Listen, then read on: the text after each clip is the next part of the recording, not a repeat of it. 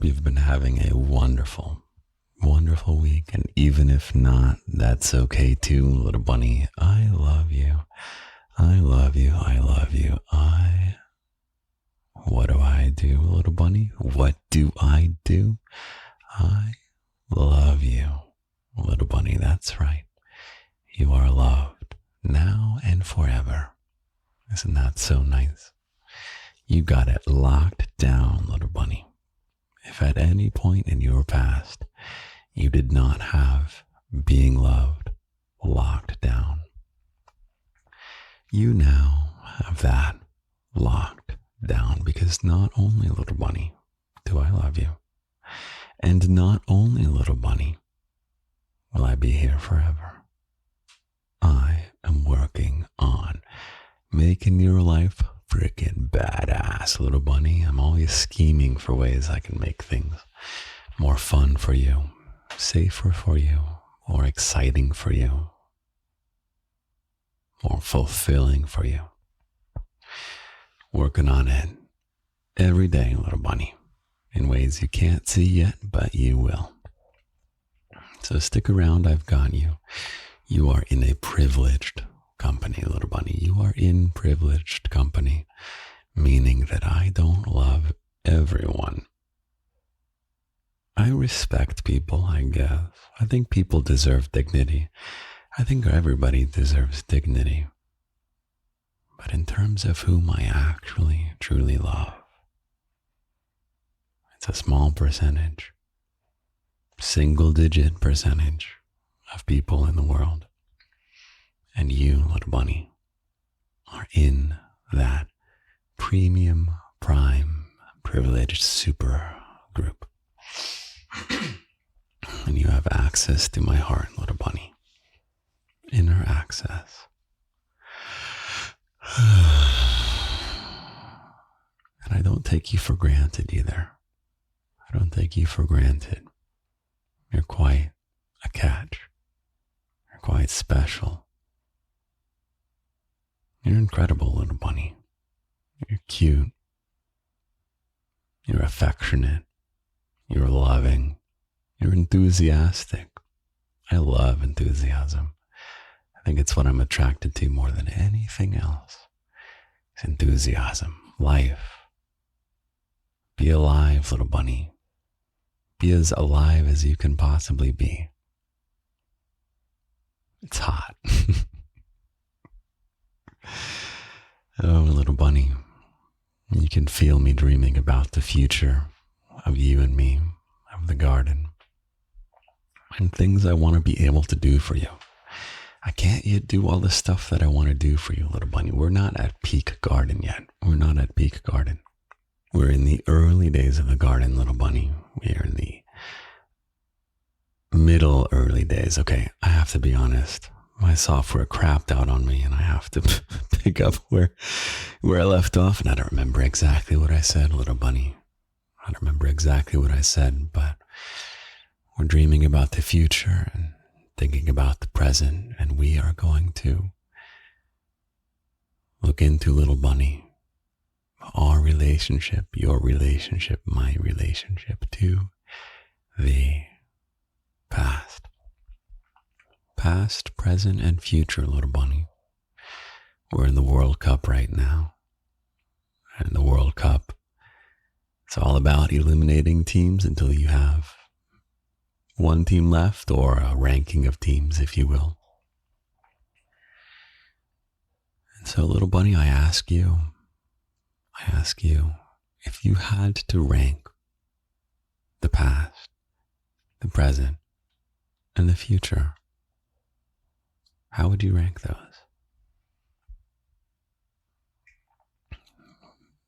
The past few days, I was spending time with my mom, helping move her out of a house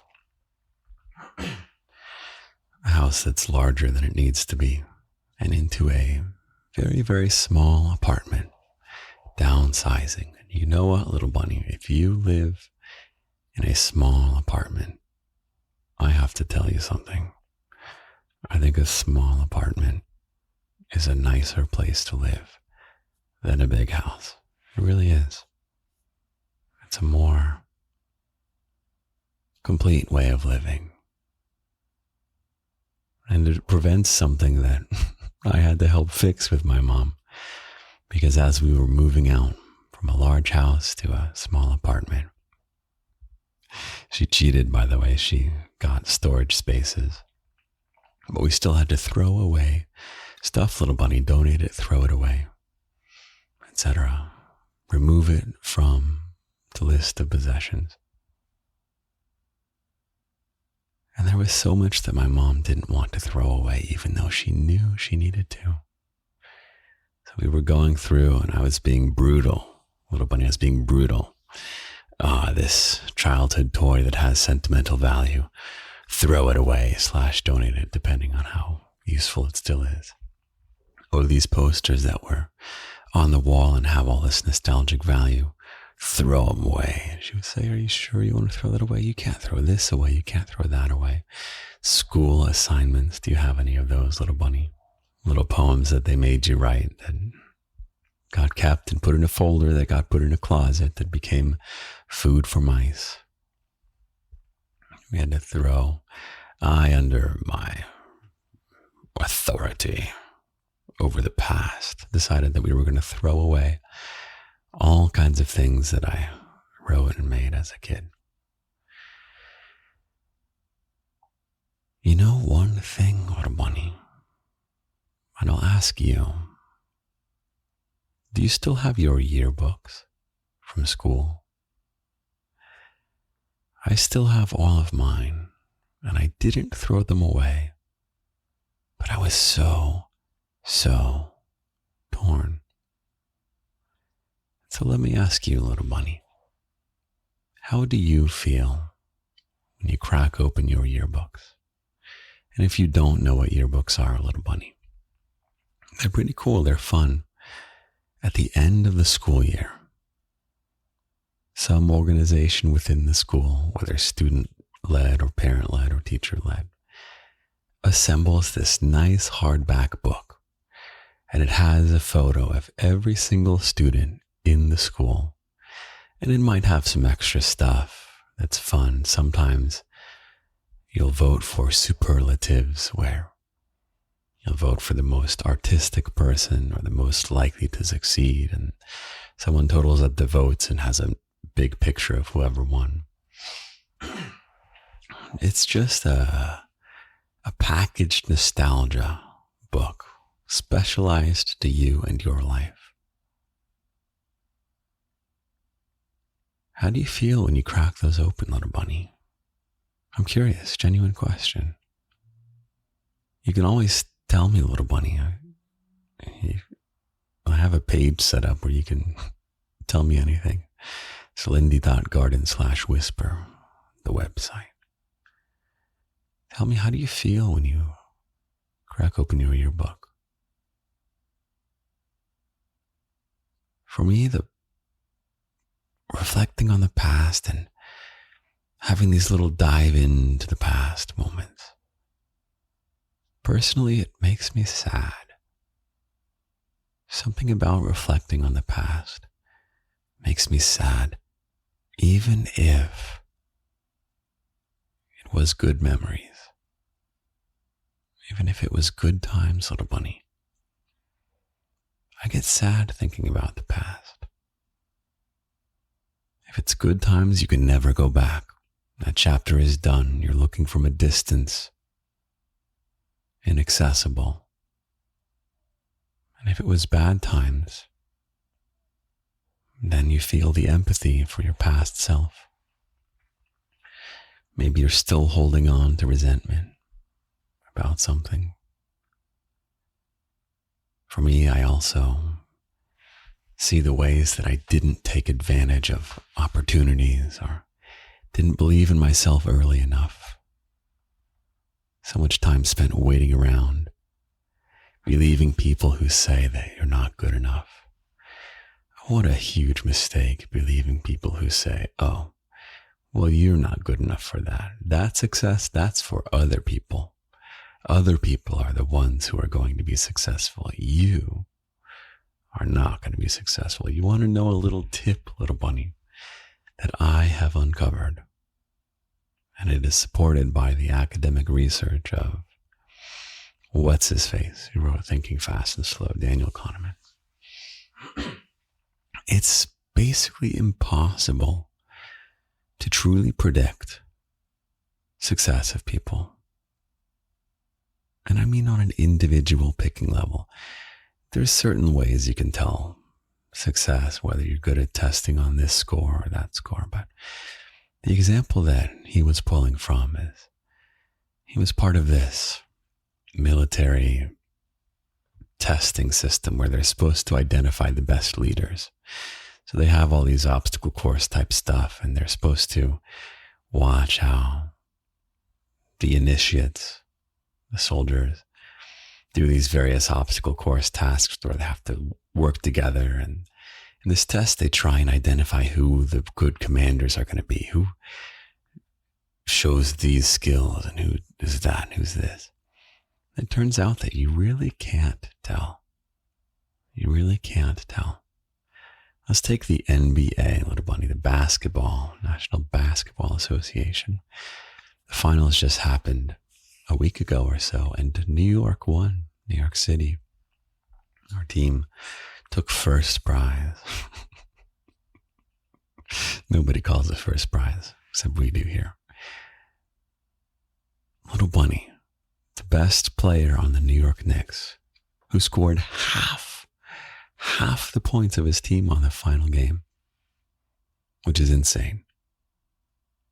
He, little bunny,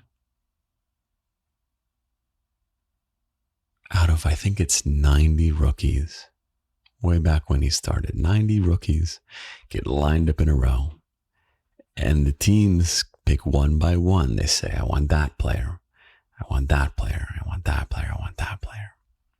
And they go down the line until all the rookies have been picked.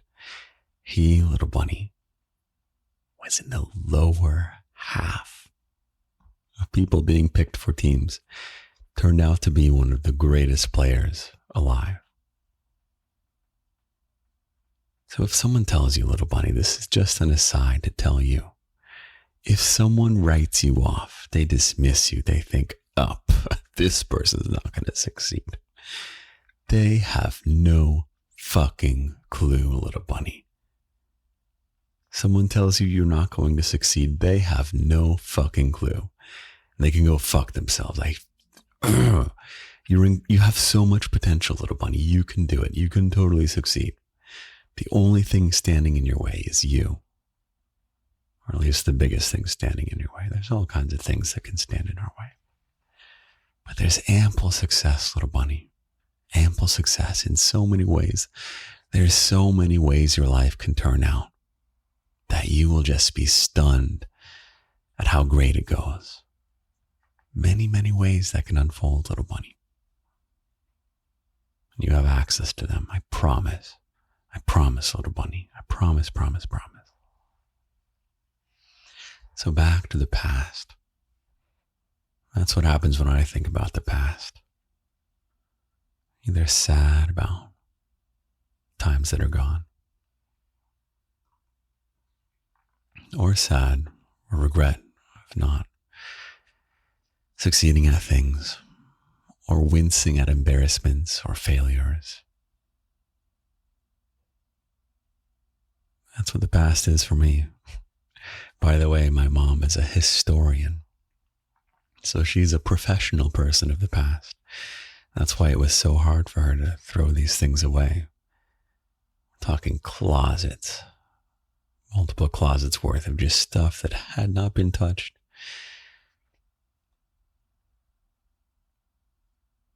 Okay, so you can tell, little bunny, I'm not a huge fan of the past, but maybe you are a fan of the past. I don't know. This is not me telling you what to think. You think whatever you want, little bunny. You disagree with me on anything you want. I have no greater claim to wisdom than you. I have no greater claim to knowing how the world should work or being an ethical authority on anything. We're equals there, little bunny. We're equals there. And I can think through things out loud with you. But you can always, always, always disagree with me, little bunny. I have no greater authority than you in the world of ideas.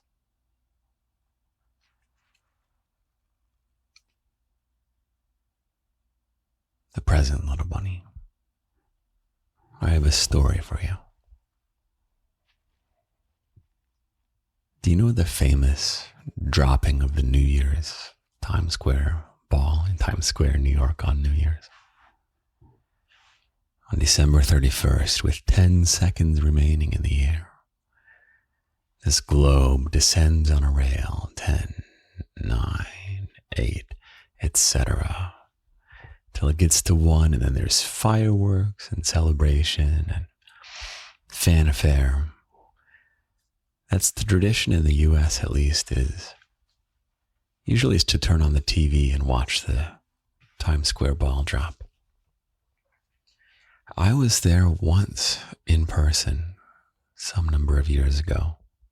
It was before I moved here, but I happened to be here. Actually, my mom was in town for a historian conference, and they had set her up with a hotel that was right there. So we just slipped down near midnight. You stand on the street and you wait, and you wait, and you wait. But it's actually more fun than you'd think. It's just wholesome fun. Stand on the street, wait for New Year's. But there was a woman who was next to us who had traveled to New York for this time ball drop. And she was a little bit short, which is relevant because she can just barely see the Times Square ball drop, but she can see it.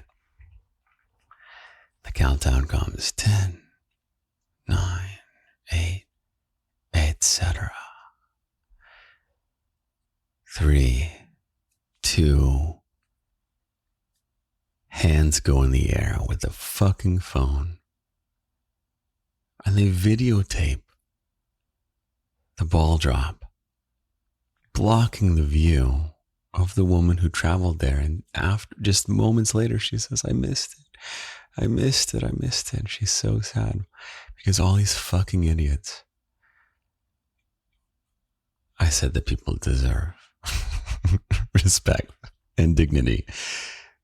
But these respectable, dignified people who were acting so fucking stupid to be living in the past, in the present. What more present moment is there than New Year's, little bunny? That's where you're supposed to be so in tune with the present and the actual flipping. It's the past becomes the future, right? It's this moment of the present and a glimmer of the future, right? These people videotape it so that what? Are they going to someday go back and try and experience that moment finally in its true form as a video to be reflected on in the past? Do you get what I'm saying? Why I'm telling you this, little bunny? Does this make sense? What I'm trying to say is the present means so much more than the past. And you've got to be so careful of the temptation to let the past pollute the present, little bunny. Try not taking a picture or a video next time you're at a concert. Snap one real quick, okay? Take a 10-second video. Take one picture of yourself and who you're with, and one of the stage, and your phone away after that, little bunny. No more, just enough to remind yourself that you were there. But don't try and live the experience through your phone. Don't do that, little bunny. Don't do that. Taking pictures is great as a form of art and capturing the beauty of things. But use that as a way of being in the present, little bunny. You're going to go to a concert. Who wants to go to a concert and watch their phone? So stupid. Don't do that, little bunny. And if you have done that in the past, it is okay.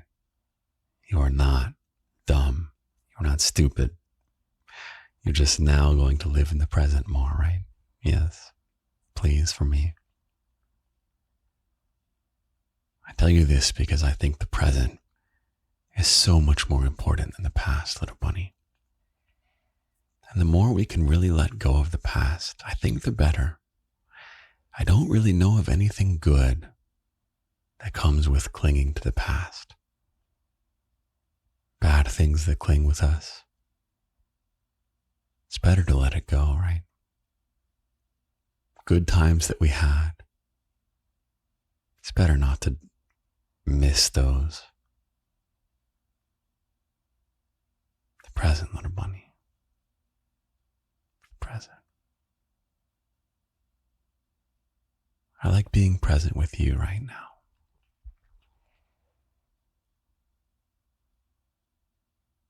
Did I talk? Hold on. Let me see if I said something earlier on before the thing clipped out. Okay. Yes, I did get it.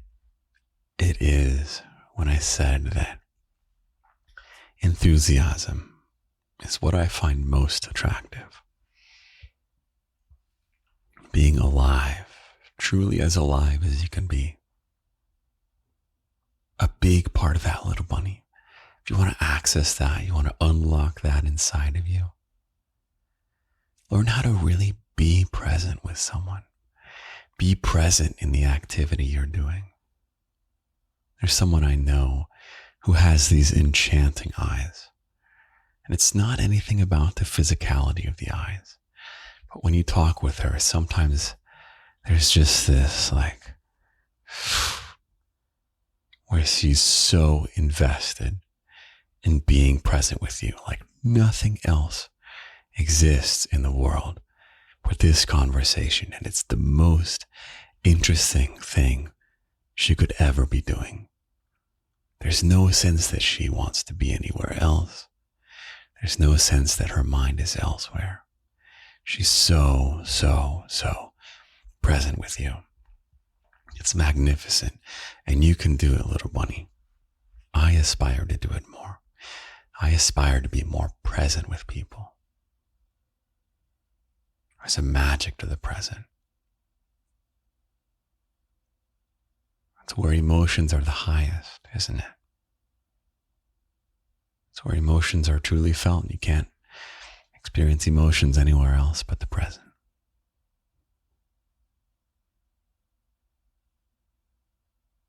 So present beats the past, little bunny, right? What about the future versus the present? What do you think, little bunny? Which do you like more and which do you think is more important? The future or the present?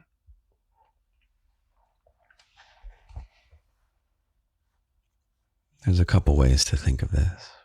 One is about us, about you and me, about our experience, our lives in the future, and our lives in the present.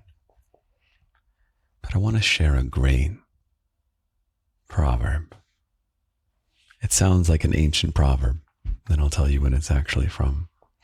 It goes like this. Blessed is he who plants trees under whose shade he will never sit. What does that mean, little bunny? I'll say the meaning of this and then we'll do our own meaning. Blessed is he or she or they who plants trees under whose shade they will never sit. It's being thankful for people who put in work that is for people who are not yet even born. Putting in work for people who are not yet even born. I think it's so important.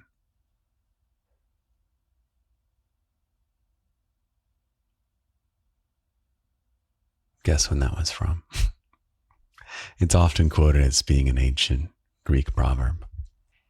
Turns out it's from India, from the year 1868. Quite recent, right? Maybe we're pretty wise in more modern days, or maybe not. Who knows?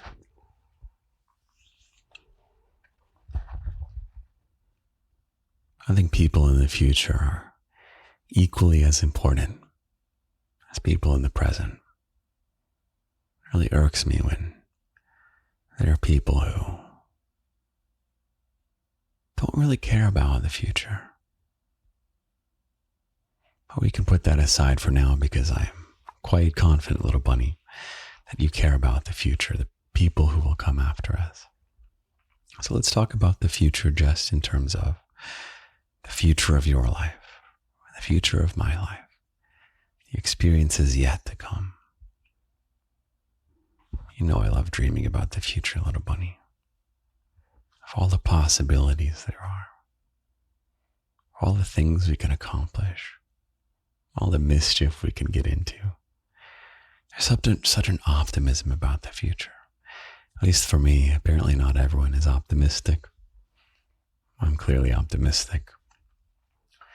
And optimists are the ones who make the world better, right, little bunny? Maybe that's not strictly true. But it's certainly easier to make things happen when you first believe they're true.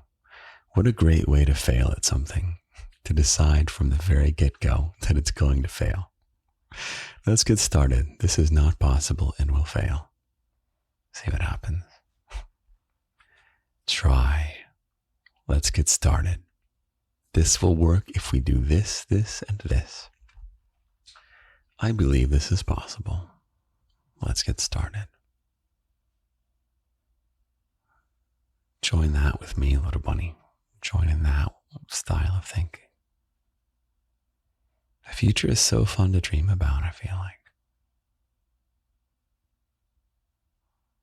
I hope since you've been spending time with me, little bunny, however long you've been spending time with me, that you're feeling more and more excited about the future, or at least the possibilities of your future, little bunny.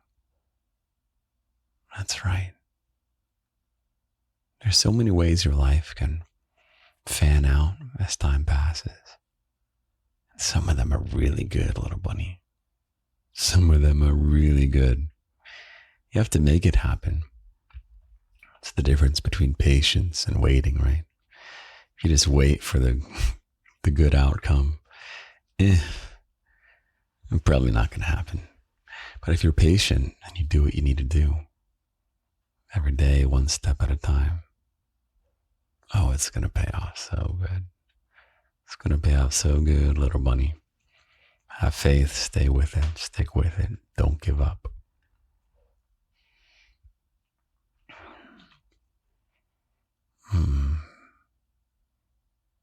Some people philosophize that there is no such thing as the future, that really the present is all that exists, and it's just present, present, present, present, present, present. I don't know, it kind of hurts my brain a little bit, right? Does it hurt your brain? I think there's such thing as the future. It's also kind of a silly semantic argument. But I guess the future is a bit like imagination. That's our experience of the future in the present, little bunny, isn't it? Dreaming about the future, imagining what could be. I like it. I've always been a daydreamer. Do you think I was good in school? I'm curious to know what you think. Do you think I was good at school? I don't know. I won't even tell you the answer. But I will tell you, I got in trouble in elementary school for daydreaming all the time. Angry letters to the parents. Or that was always the topic in student-teacher or whatever, parent-teacher conferences. Little Lindy daydreams all the time. He keeps standing up and wandering around and daydreaming. How horrible of me. What a bad student.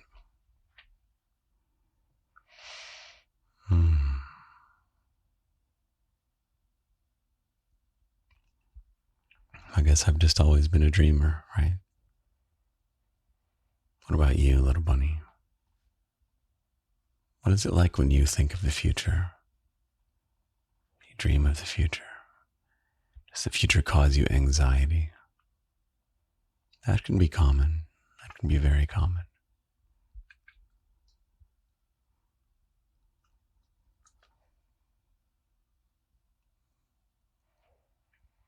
I will say, if you struggle with being anxious about the future,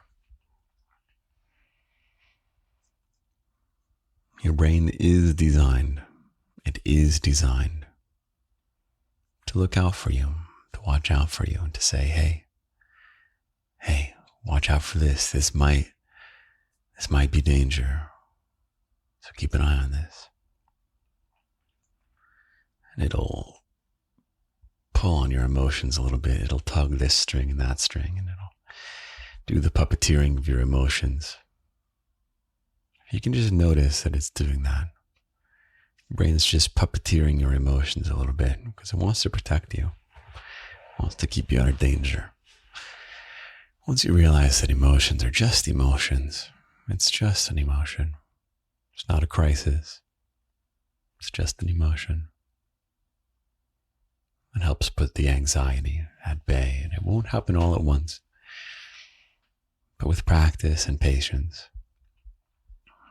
when you feel anxious, just notice, oh, hold on. My brain is puppeteering my emotions to protect me. You give your brain a salute, you say message received. And then you realize that it's not a crisis. It's not a crisis. Things are a lot better than they used to be. Roll back the clock to when your brain was designed. Daily crisis, little bunny. Every day was a brutal, brutal quest for survival. That's what your brain is trying to, it thinks it's in. Your brain is finally born and says, all right, I'm ready to go. I'm ready to do this. Fend off these daily crises of survival every day for the duration of the brain functioning. And then it gets born into the 21st century. And it's like, wait, the water just comes out of the faucet and you just buy the food. You just do something you're good at for a bit and then you buy the food. And what's that? The inside doesn't get wet from the rain. It doesn't freeze in the winter. What's that? There's safe societies. What's that? There's no lions lurking around for their meal. Your brain is in denial that the world is so good. Your brain is in denial of how good your life is, despite the struggles you have. And I know you have struggles, little bunny. The struggles are valid. Struggles are valid, and they are real. But your brain is trying to make it out to be like you are in prehistoric times. It'll tug at your emotions to make you feel all kinds of anxious and stressed and depressed. But truly, it's going to be okay. It's going to be okay. You are safe. You are well fed. If you have those two things, little bunny, if you are safe right now and you ate today, you have won the game of life. You have won it, little bunny. You have won it. Everything else is just busy work. Your well-being is very good, even if your brain will tug at your emotions in all kinds of ways that engulf us, don't they? So maybe that is one of the challenges of the future, little bunny. Maybe you struggle with the future. Maybe the future isn't as easy a relationship for you as it is for me. I have this optimistic relationship with the future. I feel like so many things are possible. Maybe you're like that, little bunny. Maybe you're becoming more like that the more time you spend with me. Maybe you feel very anxious with the future. Maybe that's why you dive into the past. Maybe you long for the days of long ago. But we got this, little bunny. We got this, we got this, we got this.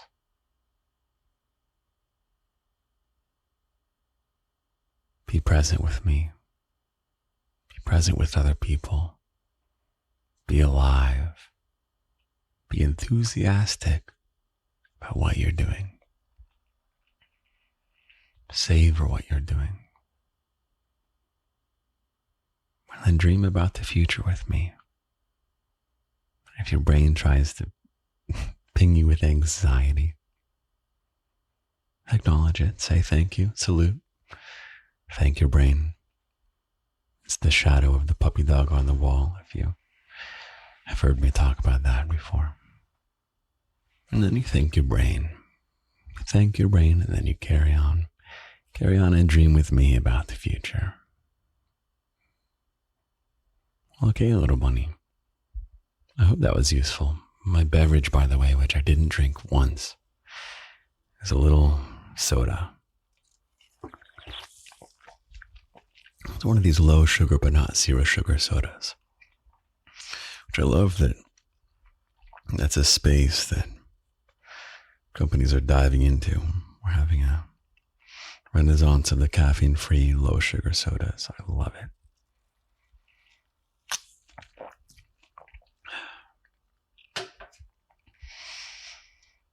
Well, I think I will head to bed.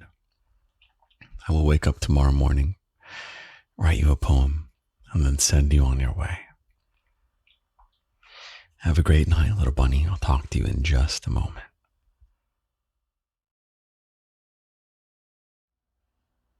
Good morning, little bunny. I slept interestingly.